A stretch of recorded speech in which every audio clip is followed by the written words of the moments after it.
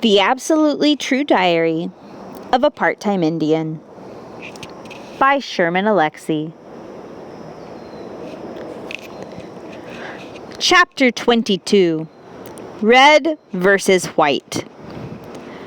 You probably think I've completely fallen in love with white people, and I don't see anything good in Indians.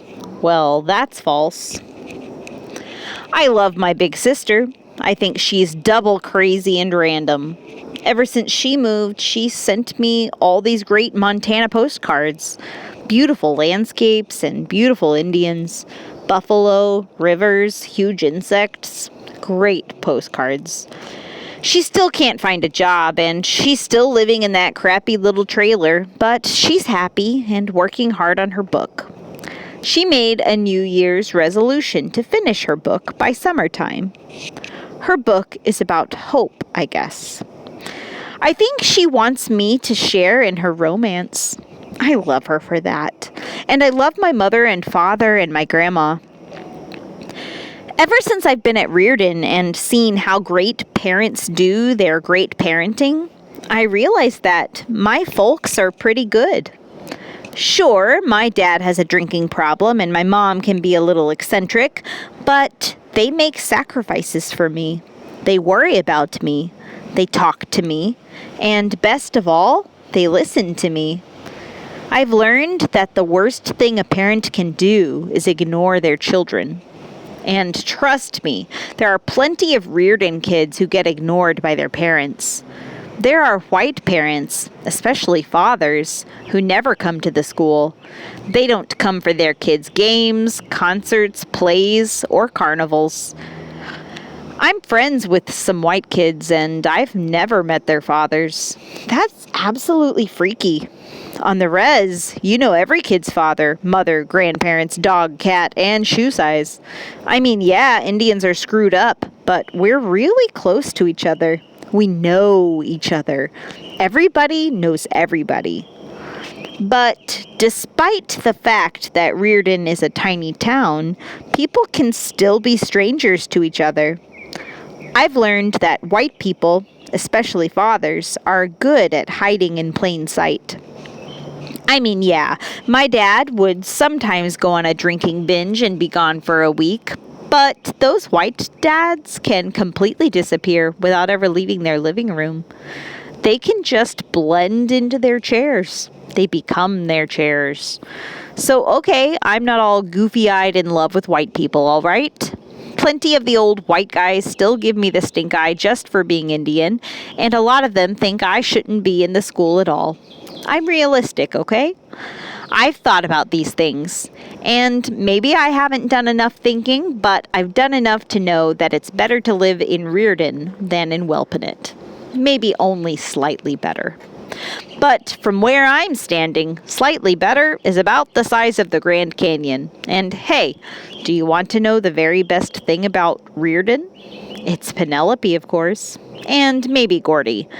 And do you want to know what the very best thing was about Welpinit? My grandmother. She was amazing. She was the most amazing person in the world. Do you want to know the very best thing about my grandmother? She was tolerant. And I know that's a hilarious thing to say about your grandmother. I mean, when people compliment their grandmothers, especially their Indian grandmothers, they usually say things like, "My grandmother is so wise," and "My grandmother is so kind," and "My grandmother has seen everything."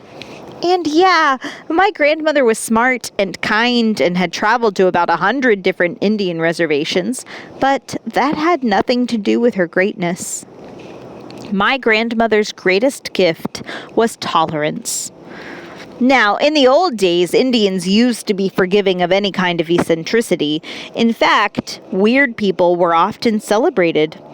Epileptics were often shamans because people just assumed that God gave seizure visions to the lucky ones. Gay people were seen as magical too. I mean, like in many cultures, men were viewed as warriors and women were viewed as caregivers, but gay people, being both male and female, were seen as both warriors and caregivers. Gay people could do anything. They were like Swiss Army knives. My grandmother had no use for all the gay bashing and homophobia in the world, especially among other Indians. Geez, she said, who cares if a man wants to marry another man? All I want to know is who's going to pick up all the dirty socks. Of course, ever since white people showed up and brought along their Christianity and their fears of eccentricity, Indians have gradually lost all of their tolerance. Indians can be just as judgmental and hateful as any white person. But not my grandmother. She still hung on to that old-time Indian spirit, you know? She always approached each new person and each new experience the exact same way. Whenever we went to Spokane, my grandmother would talk to anybody, even the homeless people, even the homeless guys who were talking to invisible people. My grandmother would start talking to the invisible people too. Why would she do that? Well, she said, how can I be sure there aren't invisible people in the world? Scientists didn't believe in the mountain gorilla for hundreds of years. And now look. So if scientists can be wrong, then all of us can be wrong. I mean, what if all those invisible people are scientists? Think about that one. So I thought about that one.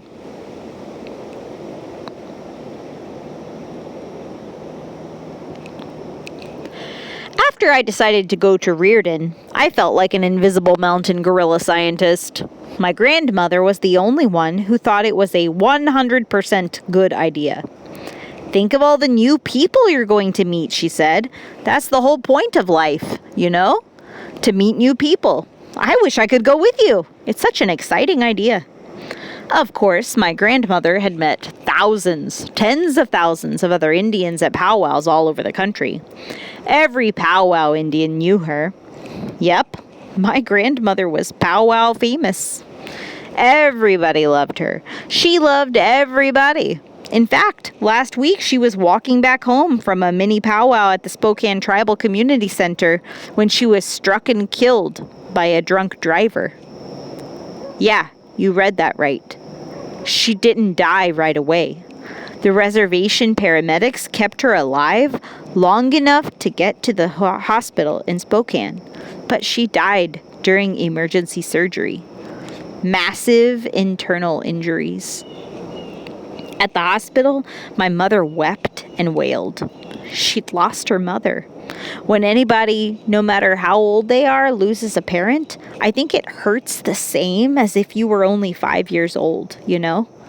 I think all of us are always 5 years old in the presence and absence of our parents.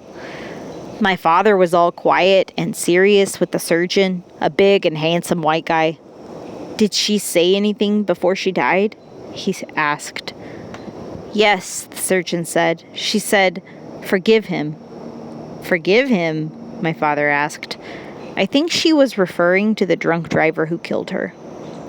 Wow. My grandmother's last act on earth was a call for forgiveness, love, and tolerance. She wanted us to forgive Gerald, the dumbass Spokane Indian alcoholic who ran her over and killed her. I think my dad wanted to go find Gerald and beat him to death. I think my mother would have helped him. I think I would have helped him too. But my grandmother wanted us to forgive her murderer. Even dead, she was a better person than us. The tribal cops found Gerald hiding out at Benjamin Lake. They took him to jail. And after we got back from the hospital, my father went over to see Gerald to kill him or forgive him. I think the tribal cops might have looked the other way if my father had decided to strangle Gerald. But my father, respecting my grandmother's last wishes, left Gerald alone to the justice system, which ended up sending him to prison for 18 months. After he got out, Gerald moved to a reservation in California and nobody ever saw him again. But my family had to bury my grandmother. I mean, it's natural to bury your grandmother. Grandparents are supposed to die first, but they're supposed to die of old age. They're supposed to die of a heart attack or a stroke or of cancer or of Alzheimer's. They are not supposed to get run over and killed by a drunk driver. I mean, the thing is, plenty of Indians have died because they were drunk. And plenty of drunken Indians have killed other drunken Indians. But my grandmother had never drunk alcohol in her life. Not one drop. That's the rarest kind of Indian in the world. I know only like 5 Indians in our whole tribe who have never drunk alcohol. And my grandmother was one of them. Drinking would shut down my seeing and my hearing and my feeling, she used to say. Why would I want to be in the world if I couldn't touch the world with all of my senses intact? Well, my grandmother has left this world, and she's now roaming around the afterlife.